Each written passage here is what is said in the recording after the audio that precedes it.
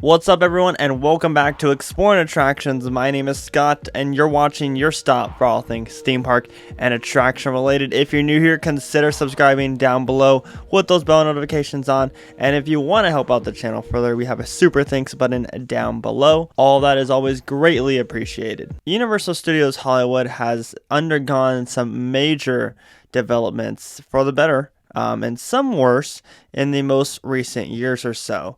And with this big new rumor, well, hold on to your butts everybody and prepare to be supercharged. What are you smiling about? Because in today's video, we're discussing the possibility of a Fast and Furious themed drifting coaster making its way on over to Universal Studios Hollywood. Now, a small disclosure as usual, all these are just rumors, nothing is official until Universal confirms it themselves.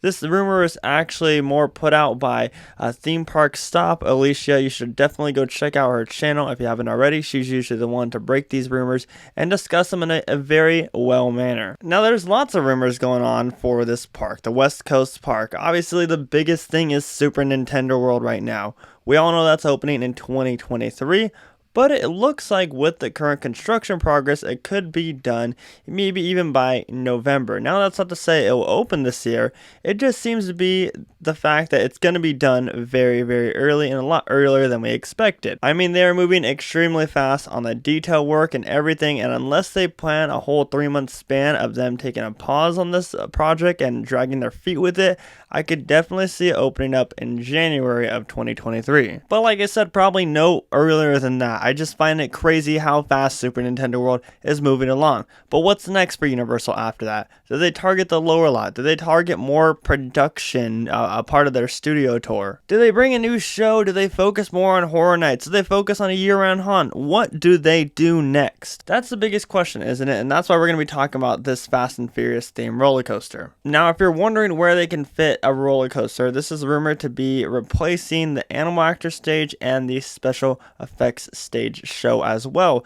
There's plenty of chunk of land there. Obviously, they got to do some more groundwork because it's up on a hill, but there's also rumor that this will be a both indoor and outdoor coaster, so I'll have a showability, but it'll also be able to go outdoors as well. Now, when it's described as a drifting coaster, it's exactly as you imagine it.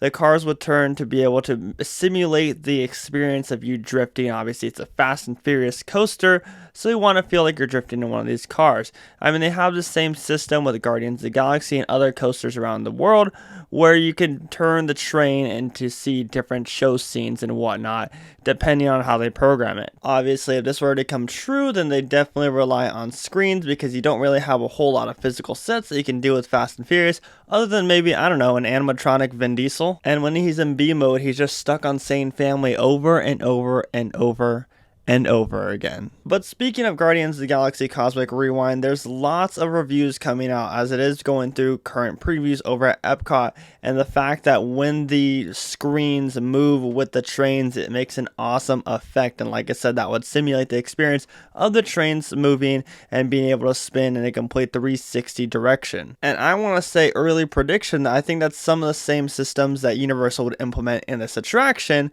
especially since it would be so heavily reliant on screens. And a big reason that leads me to believe that I think this could become true even more is, one, Universal Orlando has been kind of the test dummy, right?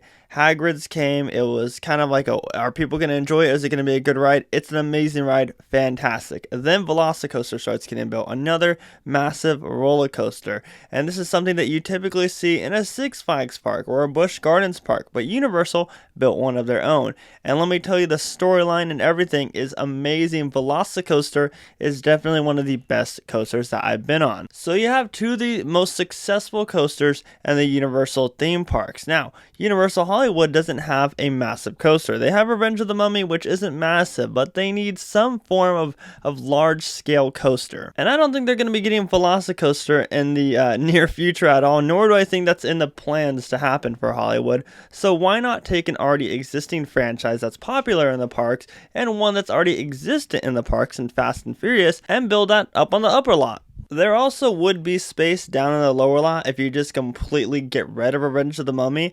Now, that would come with obviously a themed area for Fast and Furious. It wouldn't just sit there standalone by itself, unless they pull Universal Orlando and do the same thing that they did with Supercharged there, when it's kind of just backed up into a little corner. But if Hollywood's gonna put some kind of coaster, I don't think they'd take the lazy way. With that being said, looking more into the future development of things, if and when this attraction comes true, what would happen with Fast and Furious Supercharged? Well, that would leave a brand new 360 3D experience for the studio tour, right? That they could put another popular franchise in. I personally am not the biggest fan of these 360 3D experiences. I find them to be a little bit boring, but I could see them replacing it, making a quick replacement and marketing something else to bring more, butts and seats for the studio tour. Now, like I said, I think regardless, after Super Nintendo World, Universal has big plans. I don't know what those big plans are, nor do I have any direction, other than there could be a potential Super Nintendo World expansion,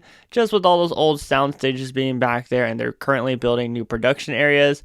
That could also be a big thing that could happen. But like I said, it's another rumor for another video to talk about. I've been kind of talking about that many different times because both Orlando and the one over in Japan will be getting a Donkey Kong expansion. Well, actually, Orlando's is going to open up with the lands, and so open up with Epic Universe. So why not do an expansion at Hollywood, especially since the blueprint of their land is a lot smaller compared to the other two. But I think that there will be something big after Super Nintendo World, especially with the revenue that they generate from that land and all the merch that they're going to sell. And I think that's why they're trying to push Super Nintendo World as much as possible right now, so they can have the budget for future developments. But that's all my thoughts on it. I really am not as opposed to this. I think getting a coaster at Hollywood's Park would be great. But I want to know what you guys think down below in the comments section. Would you be bummed if they announced a Fast and Furious roller coaster? Would you like to see something else? I mean, I know there's a lot of people that'll say they would, but honestly, like I said, I'm just happy if we would get a coaster. So let me know down in the comments section what your thoughts are. But that's going to do it for today's video. My name is Scott. You've been watching Exploring Attractions. Subscribe if you're new here. Positivity is key. And most importantly, remember to keep exploring. Peace out, everybody.